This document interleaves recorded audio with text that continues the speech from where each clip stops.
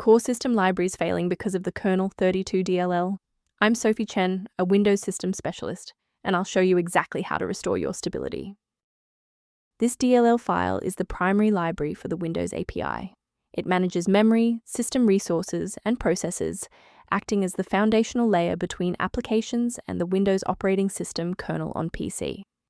Let's transition to the solution, starting with the official Microsoft redistributable. This is a Windows integrity issue involving a protected system file. Use an administrator command prompt to run sfc dir etch and scan now and allow Windows to automatically repair files like the Kernel32.dll.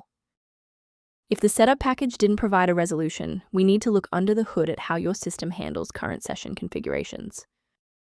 If your system has been running for an extended period, a reboot might be necessary to resync your background processes and clear any temporary locks on the Kernel32 file. To avoid losing your place during the restart, bookmark this page now or hit the like button to save this video to your library for easy access later.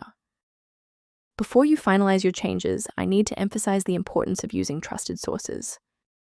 Manual intervention with the kernel. 32DLL is technically dangerous because it risks overriding newer, secure system libraries with older vulnerable versions that lack modern security patches. As an alternative to frequent manual checks, a secure maintenance utility can help keep your system environment on track. If your workstation feels less efficient, the resource below provides background information on managing the Kernel32.